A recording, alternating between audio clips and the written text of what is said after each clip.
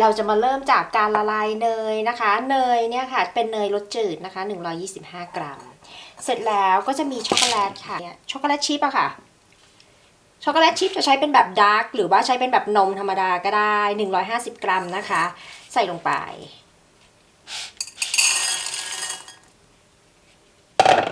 เสร็จแล้วเดี๋ยวเราจะเอาไปตุ๋นนะคะไปตุ๋นกับน้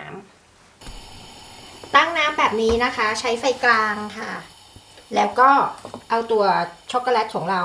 วางไว้บนเหนือน้ำแบบนี้แล้วก็รอค่ะรอให้เขาละลายระหว่างที่เรารอเราไปตีไข่กันก่อนเราใช้ไข่ไก่3 ฟองไข่ไก่อุณหภูมิห้องค่ะมีนาใช้เบอร์ 2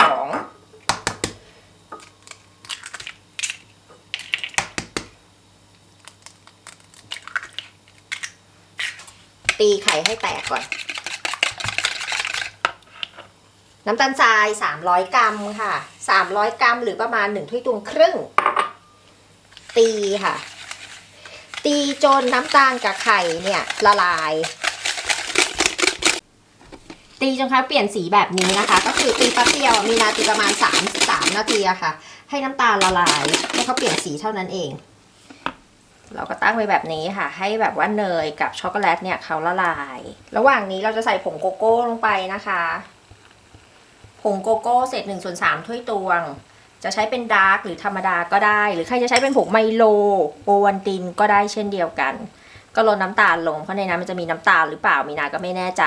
ถ้าไม่มีน้ำตาลก็ไม่ต้องลดน้ำตาลลงคนจะละลายนะคะคือมีนาใช้ดาร์กไงมันก็เลยดำไปหมดหลังจากละลายหมดแล้วเราก็ปิดแก๊สเลยแล้วก็ดึงเอาเขาขึ้นมาเห็นไหมเพราะมีนาตุ๋นกับน้ำไว้เราจะเอาตัวช็อกโกแลตร้อนๆเนี่ยนะคะเทใส่ไข่ลงไปเลยค่ะแต่ว่าจะต้องเทเป็นสายแล้วก็คนตลอดเวลาแบบนี้นะคะเราจะเทนะคะให้เขาเป็นสายแล้วเราก็คน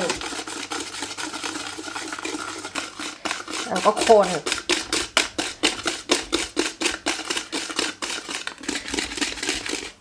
คนทุกอย่างให้เข้ากันค่ะคนเร็วๆใส่แป้งสาลีอเนกประสงค์นะคะแล้วก็นี่แป้งสาลีอเนกประสงค์1 ถ้วยตวงกับอีกเศษ1/4 ถ้วยตวงนะคะผงฟูค่ะผงฟู1 ช้อนชาใส่วานิลลาลงไปนิดนึงค่ะเสร็จแล้วเราก็จะใส่เกลือไปหน่อยหนึ่งเพื่อตัดเขาเกลือ1 ช้อนชานะคะหรือครึ่งช้อนชาก็ได้แล้วก็คนค่อยๆคนตะล่อมส่วนผสมให้เข้ากันแบบนี้อ่างเล็กจังลดน้ำตาลได้ไหมลดได้ค่ะแต่ว่ามันก็จะส่งผลกับหน้าของขนมนะคะ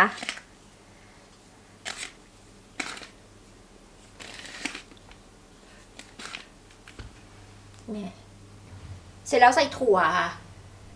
ถั่วที่เราชอบในนี้มีนาจะมีแคนเบอร์รี่นะคะเมล็ดทานตะวันถั่วอัลมอนด์ถั่วฮัตเซนัทอยู่ในนี้นะคะจะคั่วสุกหรือไม่คั่วสุกก็ได้ของมีนาไม่ได้คั่วสุกไว้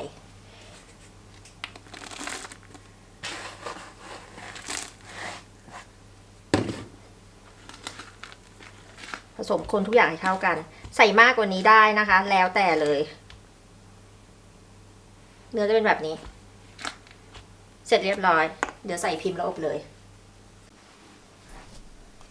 มีนาใช้ถาดนะคะ 10.5 คูณ 10.5 นิ้วนะจริงๆต้องรองด้วยกระดาษไขแต่ว่ากระดาษไขมีนาไม่มีมีนาก็เลยรองด้วยกระดาษฟอยล์ใครจะใช้ถาดที่เล็กกว่านี้ก็ได้นะ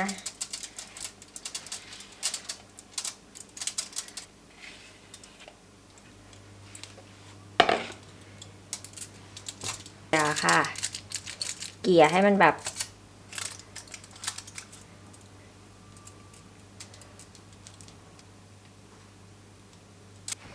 เสร็จแล้วนะคะแบบนี้เราจะทิ้งไว้ที่อุณหภูมิห้องแบบนี้ค่ะประมาณ10 นาทีก่อน10 ถึง 15 นาทีก่อนแล้วค่อยเอาไปอบนะคะอบที่ไฟ170 องศา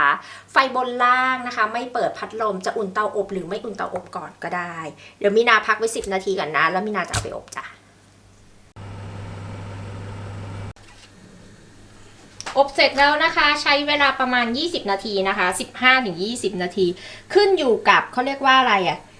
ขึ้นอยู่กับความหนาของขนมเห็นของมีนามาคือเขาฟูเต็มที่แล้วเขาลงไปเองเช็คสุกแบบนี้จ้ะให้เขาแบบว่ามีติดปลายไม้ขึ้นมานิดนึงนี่ถือว่าสุกแล้วก็น่าฟิล์มมากเราต้องรอให้เย็นนะคะให้เย็นตัวก่อนเสร็จแล้วนำไปแช่ตู้เย็นค่ะสักประมาณ 2-3 ชั่วโมงค่อยเอามาตัดคือเขาจะเซ็ตตัวแล้วก็จะอร่อยกว่าที่จะตัดตอนร้อนๆนะอย่าตัดตอนร้อนๆนะรอ1 วันไม่ไหวค่ะเอาแค่แบบว่าให้เย็นตัวลงแช่ตู้เย็น2 ชั่วโมงพอ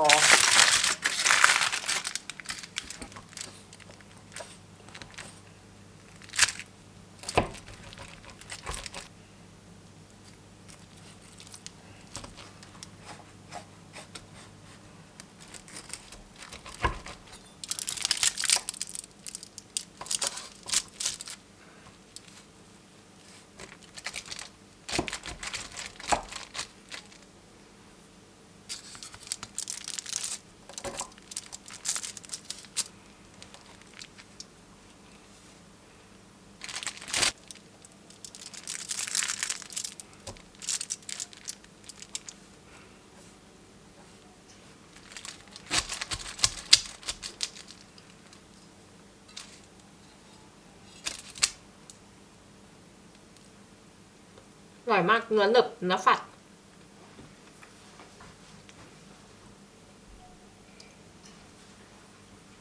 อร่อยมากค่ะหน้าฟิล์มเนื้อหนึบนะคะบอกเลยว่าเป็นเนื้อแบบเนี้ย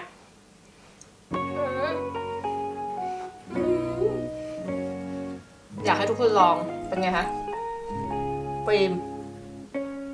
หนึบทั้งฟิล์มทั้งหนึบมาคู่กัน